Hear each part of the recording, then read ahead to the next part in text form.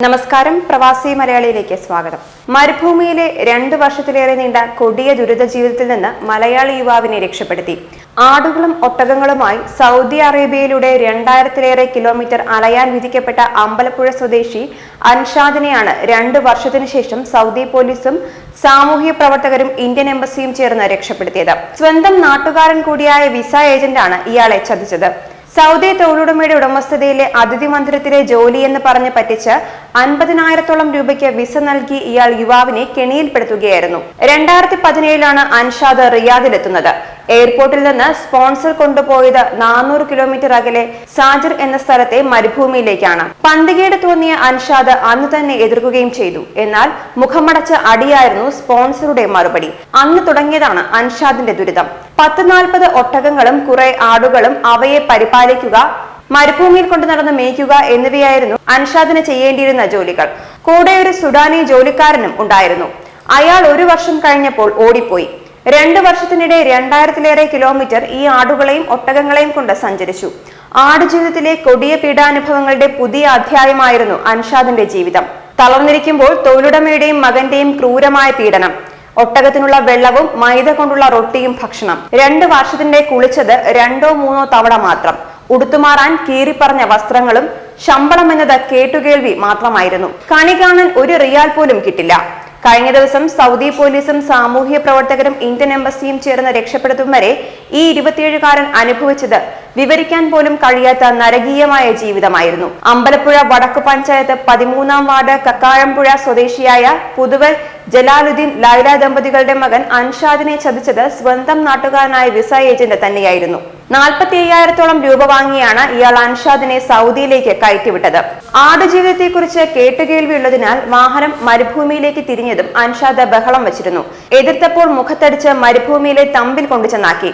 അന്ന് അവിടെ ഒരു സുഡാനി ജോലിക്കാരൻ കൂടെയുണ്ടായിരുന്നു. അയാളോടൊപ്പം ഒട്ടകങ്ങളും ആടുകളുമായി മരുഭൂമിയിൽ അലയുകയായിരുന്നു. ഒറ്റയ്ക്കായ അൻഷാദ് പലതവണ രക്ഷപ്പെടാൻ ശ്രമിച്ചെങ്കിലും ഫലം കണ്ടില്ല. സ്പോൺസറുടെയും മകന്റെയും ശാരീരിക പീഡനം ഇടയ്ക്കിടെ ഉണ്ടാവുകയും ചെയ്തു. ഇതിനിടയിൽ 2 തവണ മാത്രമാണ് നാട്ടിൽ വീട്ടുകാരെ വിളിക്കാൻ സാധിച്ചത്. വഴിയിൽ കണ്ട മറ്റ് ആട്ടിടയന്മാരുടെ ഫോണുകളിൽ നിന്നാണ് വീട്ടിലേക്ക് വിളിച്ച് താൻ അനുഭവിക്കുന്ന ദുരിത ജീവിതത്തെക്കുറിച്ച് പറഞ്ഞത്. അറാറിൽ നിന്ന് തിരിച്ചുള്ള യാത്രക്കിടയിൽ 2 മാസം മുൻപ് രാത്രിയിൽ തമ്പിൽ നിന്ന് ഇറങ്ങിയോടി 90 കിലോമീറ്റർ നടന്ന് 3 ദിവസം കൊണ്ട് സമൂദ എന്ന സ്ഥലത്തെത്തി. വഴിയിൽ നിന്ന് ഒരു സൗദി പൗരൻ ട്രക്കിൽ കയറ്റി സമൂദ പോലീസ് സ്റ്റേഷനിൽ എത്തിച്ചു. പോലീസ് സ്പോൺസറെ വിളിച്ചു വരുത്തി 1 മാസത്തിനുള്ളിൽ ശമ്പള കുടിശ്ശിക മുഴുവൻ കൊടുത്തു തീർത്ത് എക്സിറ്റ് അടിച്ച് നാട്ടിൽ വിടാമെന്ന് പോലീസിന് എഴുതി നൽകി. യുവാവിനെയും കൊണ്ട് അയാൾ തിരിച്ചു പോവുകയും ചെയ്തു. ഇതിനിടെ യുവാവിന്റെ ദുസ്ഥിതി അറിഞ്ഞ മാതാപിതാക്കൾ അധികാരികൾക്ക് പരാതി നൽകിയിരുന്നു. എന്നിട്ടും ഫലമൊന്നുമില്ലാതായപ്പോൾ ഹഫർ അൽ ബാത്വാനിയിലെ ഫ്രട്ടേണിറ്റി ഫോറം പ്രവർത്തകർ നൌഷാദ്, കൊല്ലം റോയൽ ട്രാവൽ സൗദി പ്രതിനിധി മുജീബ് ഉപ്പട എന്നിവർ വഴി യുവാവിനെ കണ്ടെത്താൻ ശ്രമം തുടങ്ങി.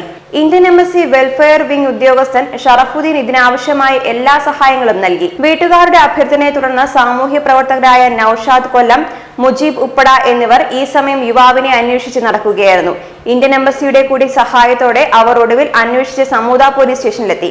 അപ്പോൾ പോലീസുകാർക്ക് അതിനൊരു മാസം മുൻപ് യുവാവ് തങ്ങളുടെ അടുത്തെത്തിയത് ഓർമ്മ വന്നു.